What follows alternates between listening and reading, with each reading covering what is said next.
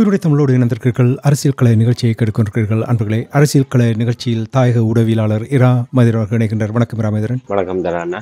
அன்புறவுகளுக்கும் நேர வணக்கம். உயிருடைய தமிழில் தொடர்ந்து இலங்கை தீவில் நடைபெற இருக்கின்ற பொது தேர்தல் தொடர்பான விடயங்களை, குறிப்பாக தமிழர் தாயகத்தில் ஏற்பட்டிருக்கின்ற தமிழருடைய அரசியல் சிதைந்த நிலையை எங்களுடைய உறவுகளுக்கு நாளாந்தம் எடுத்துக்கொண்டு வருகிறீர்கள். அதற்காக அன்பர்கள் சார்பாக நன்றியை கூறிக்கொண்டு, இன்றும் கூட நாங்கள் தேர்தல் தொடர்பான விடயங்களை பார்ப்போம். குறிப்பாக தமிழரசு கட்சி தொடர்பான விடயங்களை நாங்கள் பார்க்க வேண்டும். ஏனென்றால் என்னை பொறுத்தமட்டில் தமிழரசு கட்சியில் நான் நேர்மையாக சொல்லுகிறேன், இதுவரையில் ஒரு நல்ல சிந்தனையோடு, நல்ல திட்டங்களோடு, நல்ல கொள்கைகளோடு, நல்ல வழிகாட்டக்கூடிய ஒரு திறமையோடு இருப்பவர் ஒரே ஒரு மனிதனை நான் இதுவரையில் அடையாளம் கண்டது. அது ஜனாதிபதி சட்டத்தரணி KV தவராசா அவர்கள். அவருடன் நான் நிறைய தடவைகள் உரையாடி இருக்கின்றேன். நான் தனிப்பட்ட விதத்தில் அவருடன் உரையாடி இருக்கின்றேன். அவருடைய அந்த பாதை, அவருடைய வழிகாட்டல் நான் மிகவும் ஆர்வத்தோடு எதிர்பார்த்து கொண்டிருந்தேன். ஒரு சந்தர்ப்பம் வரும்பொழுது அவர் தன்னுடைய தலைமைத்துவத்தை வெளிப்படுத்துவார், அதனால் எங்களுடைய மக்களுக்கு ஒரு நல்ல ஒரு வழியை காட்டுவார் என்று நான் எதிர்பார்த்தேன். இரா மதிரன், நீங்கள் கூற வேண்டும். ஞாயிற்றுக்கிழமை 6ஆம் தேதி ஜனாதிபதி சட்டத்தரணி KV தவராசா அவர்கள் தமிழரசு கட்சியிலிருந்து வெளியேறுவதாகவும் முழுமையாக தான் அரசியலிருந்து விலகுவதாக அந்த செய்தியை கேட்டது நான் அதிர்ந்து போய்விட்டேன். உண்மையை நான் கூறுகிறேன். என்னை பொறுத்தமட்டில் தமிழ் அரசியல் பரப்பில் அவரைத்தான் ஒரே ஒரு மனிதனை நான் பார்த்தேன். ஒரு சரியாக சிந்திக்கக்கூடிய ஒருவரை நான் பார்த்தேன். தான் இதில் பங்கெடுக்கப் போவதில்லை என்று வெளியேறியது எனக்கு அதிர்ச்சியை தந்திருக்கின்றது. எனக்கு நீங்கள் கூற வேண்டும், என்ன காரணத்துக்காக ஜனாதிபதி சட்டத்தரணி KV தவராசா அவர்கள் இந்த முடிவுக்கு வந்ததற்கு காரணம் என்ன? உண்மையிலே நீங்கள் கூறியதை போன்று பெரும்பாலானவருடைய ஒரு கடைசி நம்பிக்கையாக KV தவராசா அண்ணன் தான் இருந்தார் என்றால் அது மிகையாகாது. தமிழரசு கட்சிக்குள் ஏனையவர்கள் எல்லாம் தங்களுடைய பதவிகளுக்காகவும் தங்களுடைய எதிர்கால அரசியலுக்காகவும் தமிழரசு கட்சியையும் அந்த தமிழரசு கட்சி சார்ந்திருக்கின்ற ஒரு தமிழ் மக்களையும் ஒரு அடமானம் வைக்கின்ற செயல்பாட்டிலே அவர்கள் ஈடுபட்டு வருவதை நாங்கள் பார்த்து வருகின்றோம். ஆனால் KV தவராசா அண்ணன் அவர்கள்தான் நீங்கள் குறிப்பிட்டதை போன்று ஒரு நேர்மையாக பதவிகளுக்காகவும் சலுகைகளுக்காகவும் அழுத்தங்களுக்காகவும் வேறு என்ன விடயங்களுக்கும் சோரம் போகாமல் உறுதியாக நேர்மையாக நின்று தமிழரசு கட்சியை ஒரு கட்டி காப்பாற்றக்கூடிய வகையிலான ஒரு நிலைப்பாட்டோடு உறுதியாக நின்று ஒருவர். தமிழரசு கட்சிக்கு உள்ளும் தமிழரசு கட்சிக்கு வெளியுமாக ஒரு கடைசி நம்பிக்கையாக பார்க்கப்பட்டவர் தான் KV தவராசா அண்ணன். அவர் எடுத்த முடிவு உண்மையிலே எல்லோருக்குமே ஒரு பெரிய ஒரு அதிர்ச்சியாகத்தான் இருந்தது. அவருடைய KV தவராசா அண்ணன் அவருடைய அந்த வெளியேற்றம், அதாவது சகல பொறுப்புகளிலும் இருந்து அவர் தன்னை விடுவித்துக் கொள்வதாக அவர் அறிவித்த விடயம் உண்மையிலே அது தமிழரசு கட்சியினுடைய ஒரு கடைசி நம்பிக்கையும் இப்போது பொய்த்து போய்விட்டது. அதாவது தமிழ் தேசிய நிலைப்பாட்டிலே ஒரு தமிழ் மக்களுக்கான தமிழ் தேசிய அரசியலிலே இந்த தமிழரசு கட்சியினுடைய ஒரு என்றாவது ஒரு மாற்றம் வரும், இல்லை ஒரு சரியான ஒரு சந்தர்ப்பம் வருகின்ற போது நீங்கள் குறிப்பிட்டதை போன்று அந்த தலைமைத்துவம் சரியானவர்களுடைய கையிலே வருகின்ற போது மீண்டும் தந்தை செல்வாவினுடைய காலத்திலே எதற்காக ஆரம்பிக்கப்பட்டதோ அந்த நிலையிலே தமிழரசு கட்சி ஒரு தமிழர்களுக்கான ஒரு அரசியல் பயணத்தை புதுப்பித்துக் கொள்ளும் என்ற ஒரு நம்பிக்கையோடு இருந்தவர்களுக்கெல்லாம் இது ஒரு பெரிய இடிபோல் வந்து ஒரு ஏமாற்றமாக வந்திறங்கிய செய்திதான் KV தவராசா அண்ணன் அவருடைய அறிவிப்பு. அதற்கு பிரதான காரணம் உண்மையிலே அவர் இந்த நாடாளுமன்ற தேர்தலிலே யாழ்ப்பாணம் கிளிநொச்சி தேர்தல் தொகுதியிலே போட்டியிடுவதற்காக அவர் தன்னுடைய விருப்பத்தை தெரிவித்திருந்தார். அந்த அறிக்கையிலே அவர் கூறியிருந்தார், யாழ்ப்பாணம் கிளிநொச்சி தேர்தல் மாவட்டத்துக்கு உட்பட்ட பெரும்பாலான மக்களும் கொழும்புவிலே இருக்கின்ற தன்னை அறிந்தவர்களும் இந்த நாடாளுமன்ற தேர்தலிலே யாழ்ப்பாணம் கிளிநொச்சி தேர்தல் மாவட்டத்தின் ஊடாக நாடாளுமன்றத்துக்கு போட்டியிட வேண்டும் என்று அவர்களுடைய எதிர்பார்ப்பாக இருந்தது. ஆகவே அவர்களுடைய எதிர்பார்ப்புக்கு அமைவாக நான் வேட்பாளராக போட்டியிடுவதற்காக விண்ணப்பித்திருந்தேன். என்னுடைய வேட்பு மனு எந்தவித அடிப்படையும் இல்லாமல் பரிசீலனைக்கு எடுத்துக் கொள்ளப்படாமலே அது நிராகரிக்கப்பட்டது. மிகுந்த ஏமாற்றம் அளிக்கின்றது. இப்போது சுமந்திரன் என்கின்ற ஒரு சர்வதிகாரியுடைய தமிழ் மக்களுக்கு விரோதமாக செயல்படுபவருடைய கட்டுப்பாட்டுக்குள்ளேயே கட்சி முழுமையாக சென்று விட்டது.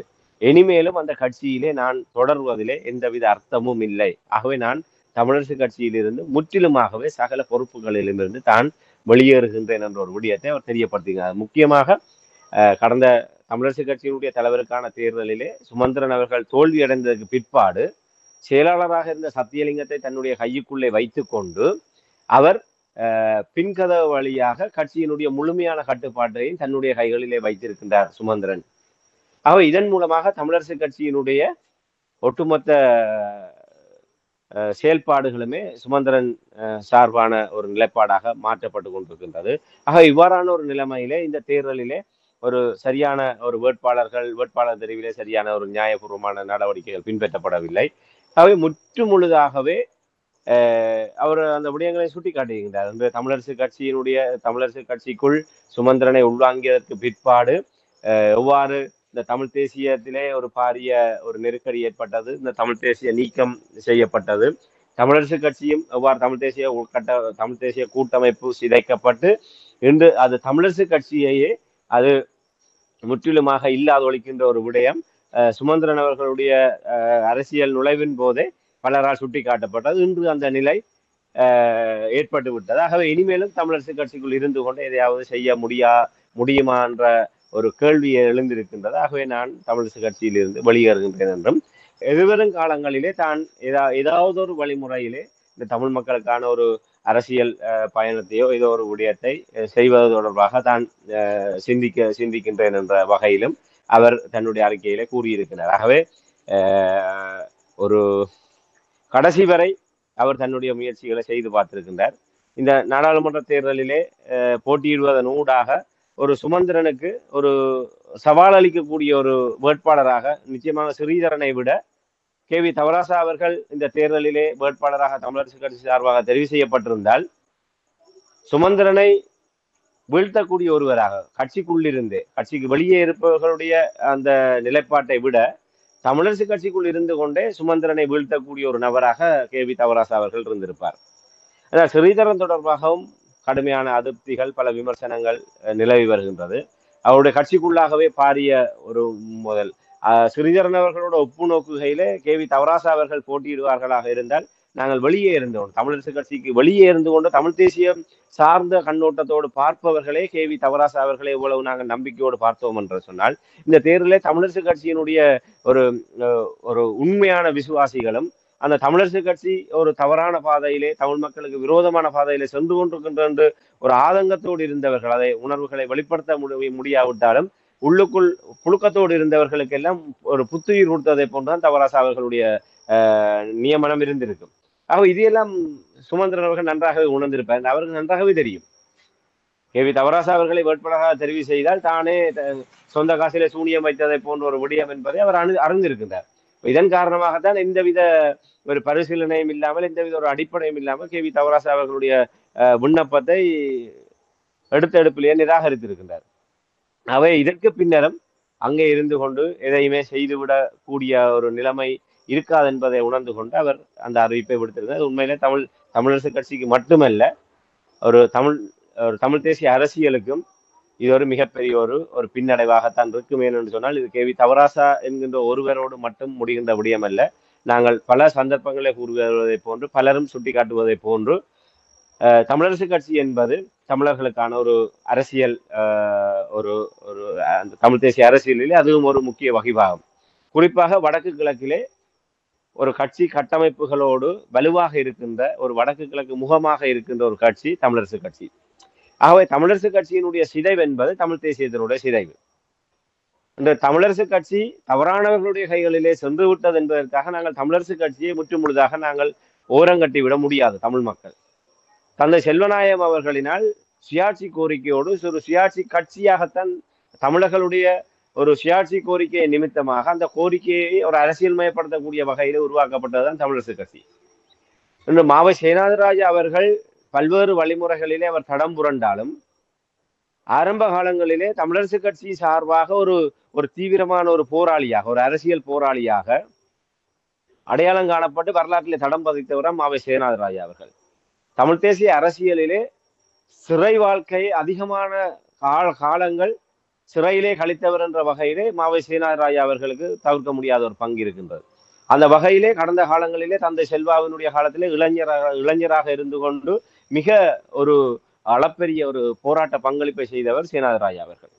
அதே போன்று அவர் மட்டுமல்ல, இன்று அவரை போன்று பலர் இன்று தமிழரசு கட்சியிலே தமிழ் மக்கள் தமிழரசு கட்சி என்பதற்கு கடந்து ஒரு தமிழர்களுக்கான அரசியல் போராட்டத்திலே ஒரு வடிவமாக தமிழரசு கட்சியின் ஊடாக தங்களுடைய பிரதிநிதித்துவத்தை அவர்கள் வெளிப்படுத்தி கொண்டு தமிழ் மக்களுக்காகவும் தமிழர்களுடைய ஒரு விடுதலைக்காகவும் அரசியல் ரீதியாக மிகப்பெரிய தியாகங்களை செய்த எண்ணற்றவர்கள் மடிந்திருக்கின்றார்கள், இன்றும் இருக்கின்றார்கள் தமிழரசு கட்சியிலே. ஆகவே அவர்களுக்கெல்லாம் ஒரு மிகப்பெரிய ஒரு ஏமாற்றம். அப்படியானவர்கள் எல்லாம் வளர்த்து விட்ட அந்த தமிழரசு கட்சி இன்று தமிழ் மக்களை படுகொலியிலே தள்ளுகின்ற அளவுக்கு தமிழ் மக்களுக்கு விரோதமாக செயல்படுகின்ற சுமந்திரன் போன்றவர்களுடைய கைகளிலே அந்த கட்சி முழுமையாக சரணாகதி அடைந்திருக்கின்றது.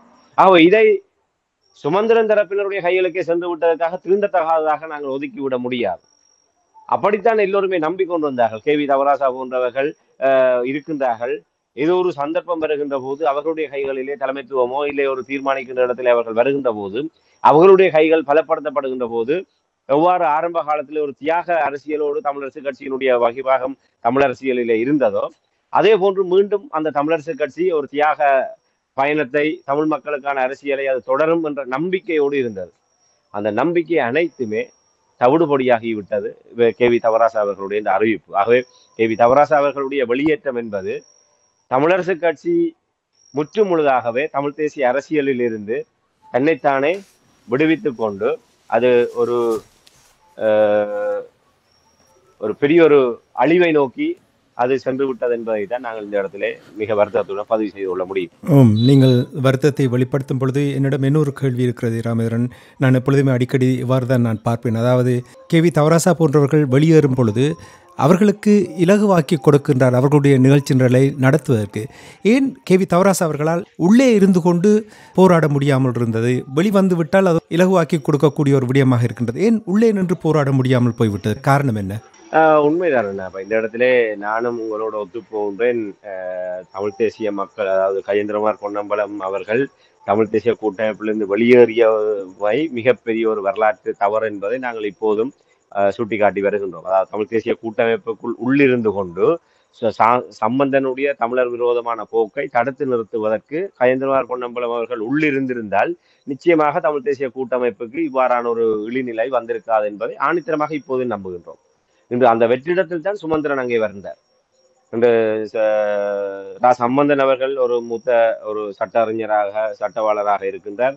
அதே நேரத்திலே அவருக்கு ஒரு உதவியாக ஒரு சட்ட நுணுக்கங்களும் சட்ட விடயங்களும் ஒரு ராஜேந்திர ரீதியான ஒரு ஆற்றலும் ஒரு மும்மொழி புலமையோடும் இருக்கக்கூடிய ஒருவர் அவருக்கு உதவியாக தேவைப்படுகின்ற ஒரு கட்டத்தில் தான் அந்த இடத்திலே கஜேந்திரகுமார் பொன்னம்பலம் அவர்கள் தமிழ் தேசிய கூட்டமைப்புக்குள் இருந்திருந்தால் நிச்சயமாக அந்த இடத்தை அவர் சம்பந்தனுடைய ஒரு அடுத்த நிலையிலே கஜேந்திரகுமார் பொன்னம்பலம் அவர்கள் நிச்சயமாக அந்த இடத்தை நிரப்பி இருப்பார். அந்த வெற்றிடத்தில் தான் சுமந்திரன் அங்கே வந்து இன்று வரை உங்களுக்கு தெரியும் சம்பந்தனுடைய கைத்தடியாக சுமந்திரன் எவ்வாறு தமிழ் மக்களை விட்டு பிழைத்தார் என்ற விடயமெல்லாம் நாங்கள் கடந்த காலத்திலே பார்த்திருக்கணும். அவ்வாறான ஒரு நிலைமை வராமல் கஜேந்திரகுமார் பொன்னம்பலம் அவர்கள் தமிழ் தேசிய கூட்டமைப்புக்குள் இருந்திருந்தால் நிச்சயமாக தடுத்திருக்க முடியும். அவ்வாறுதான் இப்படியான வெளியேற்றங்களை நாங்கள் பார்க்க முடியும். இவ்வாறு உள்ளிருந்து கொண்டு சரி செய்யக்கூடிய வாய்ப்புகள் இருக்கின்ற போது அதை செய்வதுதான் ஒரு கால பொருத்தமான விடயமாக இருக்கும் என்ற ஒரு பார்வை மேலோட்டமாக நாங்கள் பார்க்கின்ற போது இருக்கும். ஆனால் கே வி தவராசா அண்ணன் அவர்களுடைய நிலைப்பாட்டிலே நாங்கள் அவ்வாறு பார்த்து விட முடியாத ஒரு நியாயம் அதில் இருப்பதை நாங்கள் உணர வேண்டும். கஜேந்திரகுமார் பொன்னம்பலம் அவர்கள் ஒரு ஆளுமையோடு ஒரு கட்சியினுடைய ஒரு தலைவராகவும் அந்த கூட்டமைப்பில் இருக்கின்ற ஒரு பங்காளி என்ற வகையிலும் அவருக்கான முக்கியத்துவம் என்பது அந்த கூட்டுக்குள்ளே யாராலுமே தவிர்க்க முடியாத நிலைமையிலே இருக்கும். ஆனால் கே வி தவராசா அண்ணனை பொறுத்தவரையிலே கட்சியிலே எந்த ஒரு வலிமை மிக்க முடிவெடுக்கின்ற அதிகாரங்களோடு எந்த பதவி நிலையிலுமே அவர் இல்லை. அவர் கொழும்பு கிளையினுடைய செயலாளராகவும் இன்ன சட்ட விவகாரங்களுக்கான ஒரு குழுவுக்கான தலைவராகவும் இப்படியாக ஒரு இரண்டாம் நிலையிலே தான் அவருடைய நிலைப்பாடுகள் இருக்கின்றது.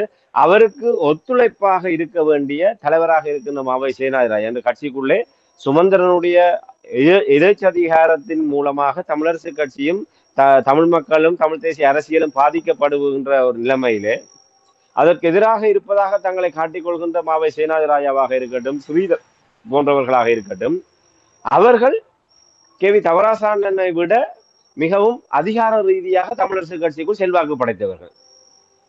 ஆகவே இந்த வேட்பாளர் தெரிவிலே 11 பேர் கொண்ட குழு அமைக்கப்பட்டது. அதிலே மாவை சேனாதிராஜாவும் இருக்கின்றார், ஸ்ரீதரனும் இருக்கின்றார்.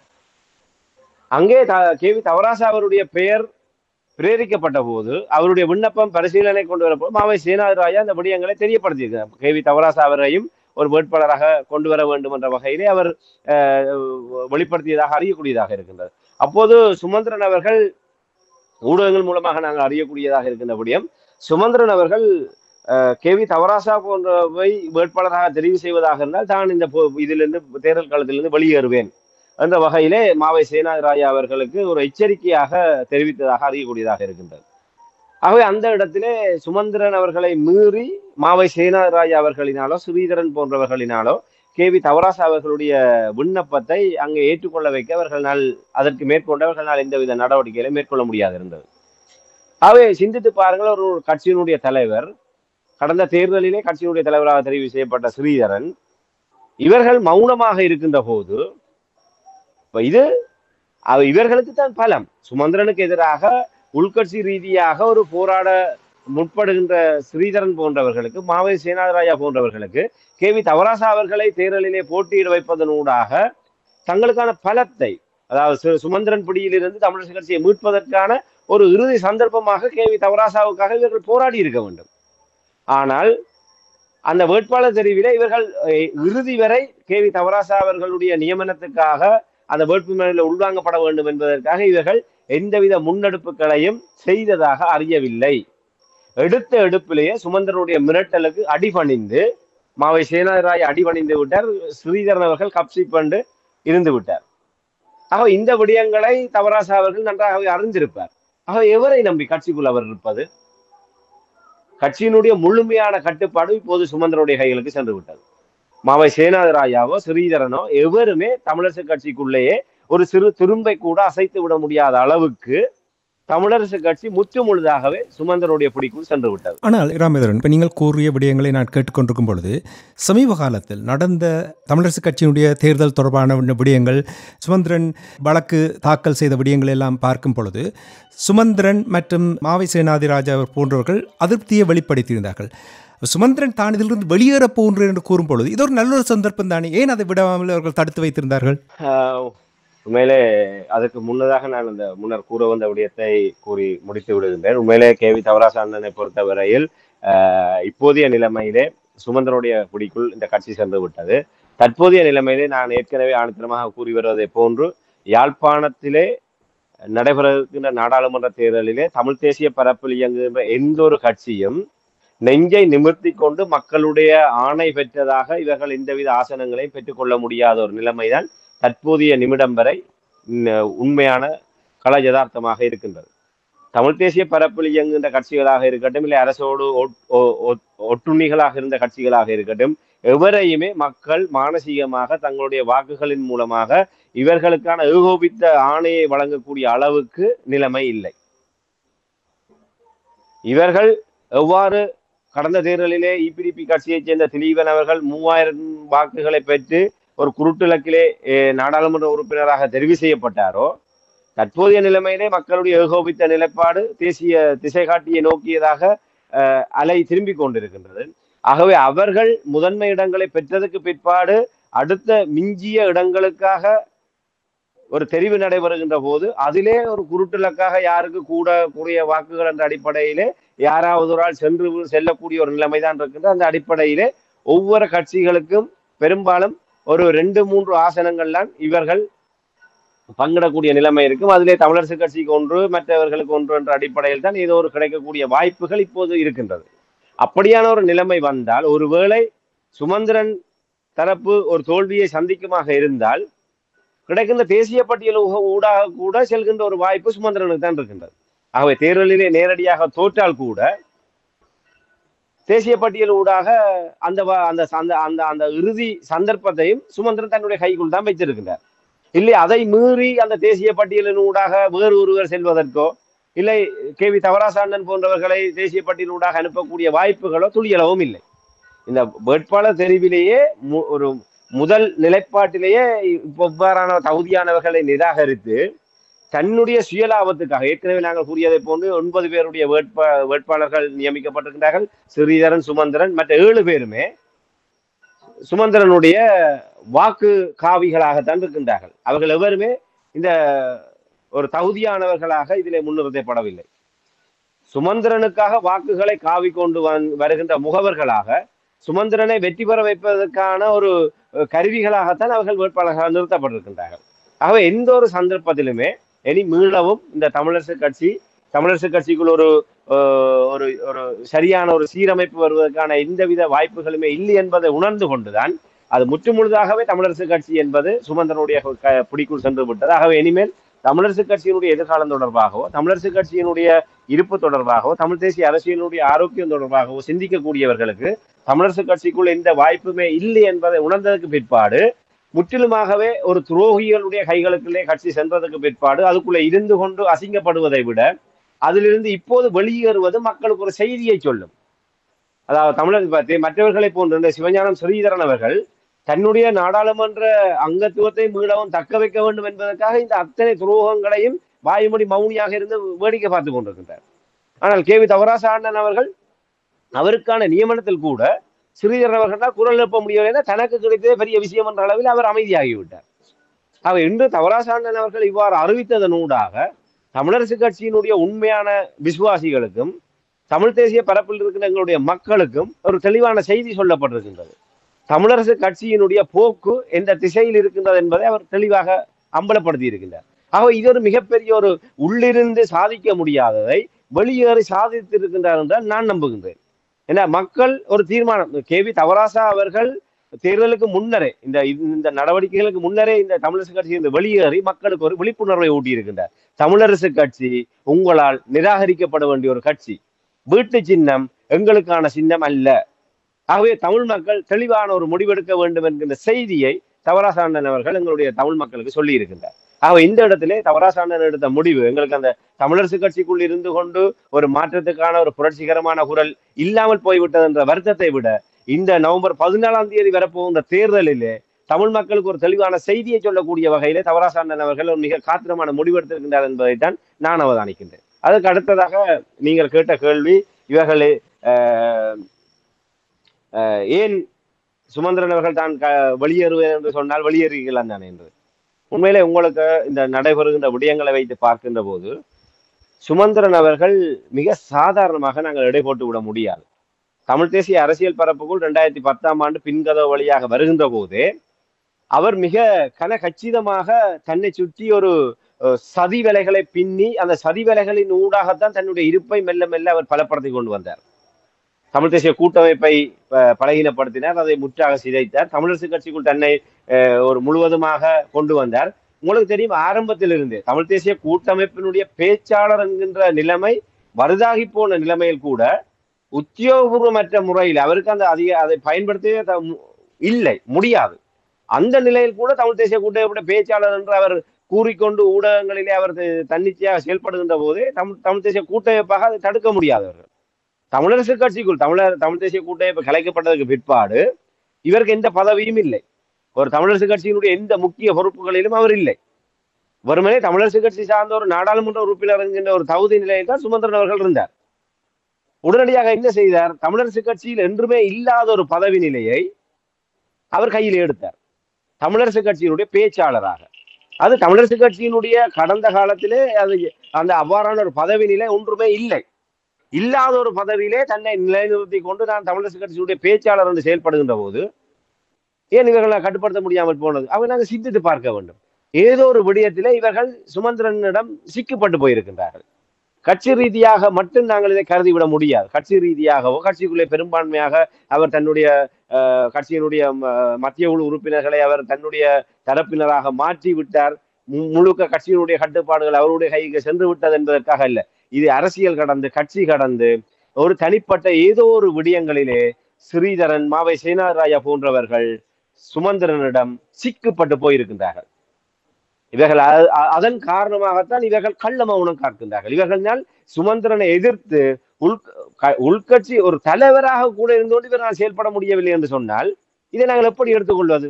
உண்மையிலே நீங்க கேட்ட கேள்வி மிக நியாயமான கேள்வி. தவராசா அவர்களை வேட்பாளராகப்பட்ட நான் வெளியேறுகிறேன் என்று சொன்னால் அப்பாடா நல்லது, அவரே வெளியேறுகின்றார், நீ போடாப்பான்னு சொல்லி கலைச்சு போட்டு இவியல் தங்களுக்கு ஏற்ற மாதிரி வேட்பாளர்களை போட்டுட்டு தேர்தலை எதிர்கொண்டிருக்கலாம். ஆனால் அந்த வல்லமை இவியலுக்கு இருக்கோ? இவியலாலவே சுமந்திரன் வெளியேறன்னு சொன்னா கூட இவியலால விடையலாது. கையில காலில் விழுந்து இழுத்து பிடிச்சி இல்ல வாங்கன்னு சொல்லி அதால இவியல் மௌனமா இருந்தவியல். ஏன்னா இப்ப அவியலுக்கு மட்டும்தான் வெளிச்சம். மாவை சேனாதராயாவுக்கும் ஸ்ரீ சிவஞானம் ஸ்ரீதரன் போன்றவர்களுக்கு தான் வெளிச்சம். ஸ்ரீ சுமந்திரன் அவர்களிடம் எவ்வாறு இவர்கள் சரணாகதி அடைந்திருக்கின்றார்கள் என்பதை அவர்கள் வெளிப்படுத்த வேண்டும். ஆகவே இது அரசியல் கடந்து கட்சி நிலைமைகள் கடந்து சுமந்திரன் இவர்களை ஏதோ ஒரு விதத்திலே இவர்களாக சிக்கப்பட்டார்களோ இல்லை அவர் இவர்களை எல்லாம் தன்னுடைய இவ்வாறான ஒரு நிலைமையிலே வைத்துக் கொண்டு இந்த தமிழ் தேசிய அரசியலை நாசமாக்க வேண்டும் என்ற நோக்கத்தோடு அவரே சில சந்தர்ப்ப சாட்சியங்களை உருவாக்கி இவர்களை தன்னுடைய வசப்படுத்தியிருக்கிறார். ஏற்கனவே நாங்கள் கடந்த 2020 நாங்கள் ஒரு விடயத்தை கூறியிருந்தோம். ஸ்ரீதரன் அவர்கள் சுமந்திரனோடு அவரை மதியுரைஞராக கூறிக்கொண்டு அவருடைய தோளிலே கைகளை போட்டுக்கொண்டு அவர் தேர்தலை வலம் பெறுகின்ற போதே நாங்கள் ஒரு விடயத்தை கூறியிருந்தோம். அப்போது அரசியல் புரசலாக வந்த விடயம் ஸ்ரீதரன் அவர்கள் ஏதோ ஒரு முக்கியமான வழக்கு விடயத்திலே சிக்கப்பட்டிருக்கின்றார். பயங்கரவாத தடை சட்டத்தின் கீழ் அவர் கைது செய்யப்படக்கூடிய அளவுக்கு அவர் ஒரு விடுதலை புலிகள் அமைப்பினுடைய ஒரு நினைவேந்தல் நிகழ்வொன்றை அவர் நடத்தியதாகவும் அவர் ஏற்கனவே தேசிய தலைவரை போன்று அவர் சில புகைப்படங்களை எடுத்து அது மிகப்பெரிய சர்ச்சைகளை உருவாக்கி இந்த விடயங்கள் எல்லோருக்கும் தெரியும். மேதகு அவர்கள் கையை காட்டி கொண்டிருப்பதை போன்று இவரும் அந்த தன்னை மேதகுவாக நினைத்து கொண்டு இவர் வெளிப்படுத்திய விடயங்கள் எல்லாம் மிகப்பெரிய சர்ச்சைகளை உருவாக்கி இருந்தது. அதே பாணியிலே இவர் ஒரு விடுதலை புலிகளுடைய நினைவேந்தல் நிகழ்வு ஒன்றிலே ஒரு கிளிநொச்சி பகுதியிலே ஒரு காட்டுக்குள்ளே ஒரு ரகசியமாக பிரத்யேகமாக ஒழுங்கு செய்யப்பட்ட இடத்திலே இவர் அந்த கருப்பு உடைகளை அணிந்து கொண்டு அவர் தன்னை ஒரு மேதகுவாக கருதி கொண்டு அவ்வாறு அஞ்சலி செலுத்திய நிகழ்வு என்றால் அந்த நேரத்திலே சுமந்திரன் தரப்பினுடைய சில நபர்கள் சிறுகரன் அணியிலே இருந்தார்கள். அதனூடாக இவர் அவ்வாறு பிரத்யேகமாக இவர் நான் நினைக்கிறேன் புலம்பெயர் தேசங்களிலே தன்னை ஒரு பெரிய ஒரு புரட்சிவாதியாக காட்டிக் கொள்வதற்காக ஏதோ ஒரு விதத்திலே அந்த சம்பவத்தை இவர் அரங்கேற்றி இருக்க கூடும். அந்த விடயங்கள் வெளியே வந்ததுக்கு பிற்பாடு அது தொடர்பாக இவர் பயங்கரவாத தடை சட்டத்தின் கீழ் மீளவும் புலிகளை உருவாக்குகின்ற ஒரு நடவடிக்கையிலே இவர் தலைமை தாங்கி செயல்படுகின்றார் என்ற வகையிலே இவருக்கு ஒரு நெருக்கடி வந்ததாகவும் அந்த நெருக்கடியிலிருந்து சுமந்திரன் தான் இவரை காப்பாற்றி விட்டதாகவும் அந்த ஒரு பரஸ்பரம் அந்த இணக்கப்பாட்டின் அடிப்படையில் தான் 2020 சுமந்திரனுக்கு இவர் கீழே சுமந்திரனை ஏற்றுக்கொண்டு சுமந்திரனோடு செயல்பட வேண்டிய ஒரு நிலைமை வந்ததாக அப்போது நாங்கள் ஒரு அரசியல் புரசலாக வந்த செய்தியை அப்போது நாங்கள் பதிவு செய்திருந்தோம். உறவுகளுக்கு நினைவிருக்கும் என்று நம்புகின்றேன். அதனுடைய அடிப்படை உண்மைகள் தெரியாது, அது நாங்கள் இன்று வரை உறுதிப்படுத்த. ஆனால் வந்த செய்தி ஒரு தலைகீழாக சுமந்திரன் தமிழ் மக்களுக்கு விரோதமாக செயல்படுகின்ற தெரிந்ததுக்கு பிற்பாடும் அவரை இவ்வாறு கூசாமல் அவரை இவ்வாறு புகழ்ந்து பாடி அவரோடு இணைந்து அவர் தேர்தலை முகம் கொடுக்கின்ற நிலைமை என்பது சாதாரணமாக நிகழக்கூடிய ஒன்று அல்ல. அரசியல் என்றால் கிளிநொச்சியிலே தன்னுடைய வாக்கு வங்கியும் தனக்கான வெற்றியை உறுதிப்படுத்திய சுமந்திரன் அவர்களுக்கு ஸ்ரீதரன் அவர்களுக்கு சுமந்திரனோடு இவ்வாறு நிபந்தனையற்ற முறையிலே போய் பல்ட்டி அடித்து சுமந்திரனுடைய விசுவாசியாக மாற வேண்டிய தேவை இல்லை.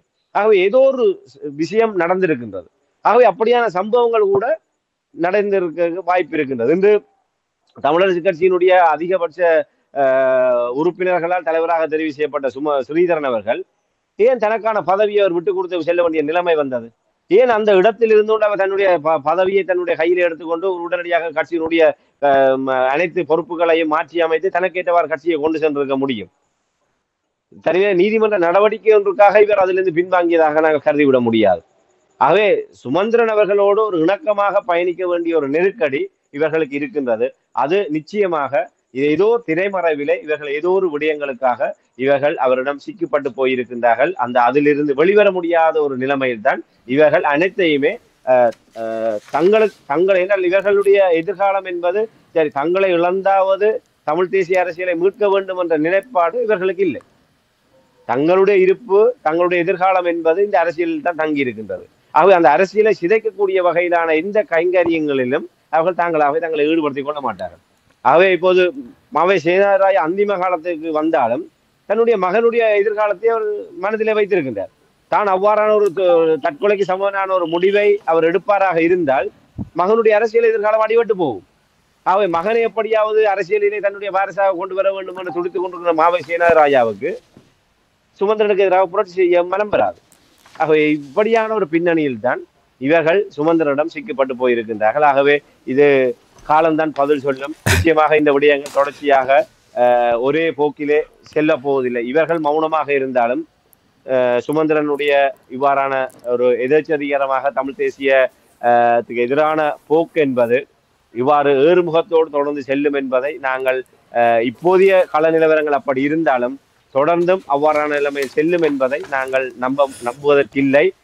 நிச்சயமாக கால ஓட்டத்திலே ஒரு மாற்றம் வரும். அந்த மாற்றத்திலே சுமந்திரனுடைய துரோகமும் அடிபட்டு போகும் என்பதை நாங்கள் நிச்சயமாக நம்பிக்கையுடன் கூற முடியும். ராமேந்திரன், நீங்கள் கூறும்பொழுது இருவரும் அவரிடம் சிக்கி போய்விட்டார்கள் என்று நீங்கள் கூறும்பொழுது நான் நினைக்கிறேன் சுமந்திரன் அவர்களை சிக்க வைத்து விட்டிருக்கின்றார். தன்னுடைய தேவை கருதி தன்னுடைய சந்தர்ப்பங்களை பயன்படுத்தி அவர்கள் எல்லோரையும் அவருக்கு ஒரு நிகழ்ச்சி இருக்கின்றதானே, தமிழ் தேசியம் என்று ஒன்று இருக்கக்கூடாது என்பதை சிதைக்க வேண்டும் என்பதில் சுமந்திரன் சிங்கள அரசியல்வாதிகளுடைய நிகழ்ச்சிகள் செயல்படுகிறார் என்ற விடயங்களை எல்லோரும் அறிந்த ஒரு விடயம். அப்போ அவராக இதை தூர நோக்கு சிந்தனையில் அப்படி சிக்க வைத்திருக்கிறார் என்பதுதான் உண்மையான நிலைமை. அதே நேரத்தில் நீங்கள் கேவி தவராசா அவர்களை பற்றி கூறும்பொழுது நீங்கள் கூறினீர்கள் சந்தர்ப்பம் கிடைத்தால் அவர் சில வேளைகளில் வந்து தமிழ் மக்களுக்கு சரியான வழியை காட்டுவதற்கான வாய்ப்புகள் முழுவதுமாக அவர் கதவை மூடவில்லை என்று கேட்ட பொழுது ஆறுதலாக இருந்தது, ஓரளவுக்கு ஆறுதல் அளிக்கிறது என்பதை இந்த நேரத்தில் கூறிக்கொண்டு மிகவும் சுருக்கமாக ராமேந்திரன், இப்போ அரசியல் நிலைமை குழப்பங்கள் ஊழல்கள் இவையெல்லாம் வெளிவந்து கொண்டிருக்கிற நேரத்தில் இதுதான் சிறந்த ஒரு சந்தர்ப்பம். தமிழ் அரசியல் 18 நாடாளுமன்ற உறுப்பினர்களை ஒருவரையும் விட்டு வைக்கக்கூடாது, புதிய ஒரு சந்ததி இங்கே வர வேண்டும் என்ற ஒரு நேரம் இங்கே வந்திருக்கின்றது. ஆனால் இங்கே எல்லா கட்சிகளுக்கும் இடையில் வேட்பாளர்கள் கிடைக்காதவர்களே இருப்பதாக திண்டாடுகிறார்கள் என்று அறியக்கூடியதாக இருக்கின்றது. இதற்கு என்ன காரணம் என்று சுருக்கமாக கூறுகிறார்கள். நாங்கள் விரிவாக நாளை பார்க்கலாம். நிச்சயமாக மக்களுடைய மனங்களிலிருந்து இவர்கள் தூர அப்புறப்படுத்த விலக்கப்பட்டு விட்டார்கள் தான் இதன் மூலமாக அறியக்கூடியதாக இருக்கிறது. எந்த ஒரு கட்சியும் மக்களிடையே ஒரு நன்மதிப்பை பெற முடியாத ஒரு நிலைமையில் தான் இந்த தேர்தலை இவர்கள் எதிர்கொள்கின்றார்கள். இன்று ஜனநாயக தமிழ் தேசிய கூட்டணியாக இருக்கட்டும், தமிழரசு கட்சியாக இருக்கட்டும், இல்லை தமிழ் மக்கள் கூட்டணியாக இருக்கட்டும், தமிழ் தேசிய மக்கள் முன்னணியாக இருக்கட்டும், எந்த கட்சியுமே இன்று எவ்வாறு அரசோடு ஒட்டுண்ணிகளாக செயல்பட்ட கட்சிகளை போன்று இவர்களும் தமிழ் மக்களால் வெறுத்து ஒதுக்கப்படுகின்ற நிலையில்தான் இந்த நாடாளுமன்ற தேர்தலை எதிர்கொள்ளக்கூடிய ஒரு நிலைமை உருவாகி இருக்கின்றது. அதை இவர்கள் நன்றாகவே உணர்ந்திருக்கின்றார்கள். தமிழ் மக்களுடைய மனங்களிலிருந்து தாங்கள் வெகு தொலைவுக்கு அந்நியப்பட்டு சென்று விட்டோம் என்று. இப்ப இதன் காரணமாகத்தான் ஒவ்வொருவரும் கட்சிகள் பிரதானமாக தங்களுடைய முதன்மையான தலைவர்களை இந்த தேர்தலை களமிறக்கி கொண்டு ஏனைய இடங்களுக்கு நபர்களை தேடுகின்ற போது எவருமே இந்த கட்சிகள் சார்ந்து இந்த தேர்தலை எதிர்கொள்வதற்கு மிகப்பெரிய தயக்கத்தை காட்டுவதற்கான காரணம், இந்த கட்சிகளின் கட்சிகளுக்கு பின்னால் நின்றால் மக்களால் நிராகரிக்கப்படுவோம் என்பதை அவர்கள் உணர்ந்திருக்கின்றார்கள். அதன் காரணமாகத்தான் இவர்கள் இப்போதும் பல கட்சிகள் வேட்பாளர்களை வலை வீசி தேடிக்கொண்டிருப்பதாக அறியக்கூடியதாக இருக்கின்றது. எல்லோருமே பயந்து தெரித்து ஓடுகின்றார்கள். ஏனால் அவர்கள் இந்த கட்சிக்குள் சென்று தாங்கள் ஒரு மக்களால் அவமானகரமான நிலைமையை சந்திப்பதற்கு எவருமே விரும்பவில்லை. ஆகவே சிந்தித்து பாருங்கள், ஒரு பலமான கூட்டணிகள் பலமான கட்சிகள் என்ற நிலையில் இருந்து கூட இவர்களினால் வேட்பாளர்களை ஒரு அணுக முடியாத தேட முடியாதவர்களாக இருக்கின்றார்கள். ஆகவே இது மிகப்பெரிய ஒரு சிறந்த உதாரணம். இந்த நவம்பர் 14ஆம் தேதி உண்மையிலே கார்த்திகை எங்களுடைய எவ்வாறு மே மாதம் எங்களுடைய வலி சுமந்த மாதமோ அதே போன்று கார்த்திகை மாதம் என்பது எங்களுடைய தியாகத்தின் ஒரு அடையாளமாக திருவுருவமாக இருக்கின்ற மாதம்.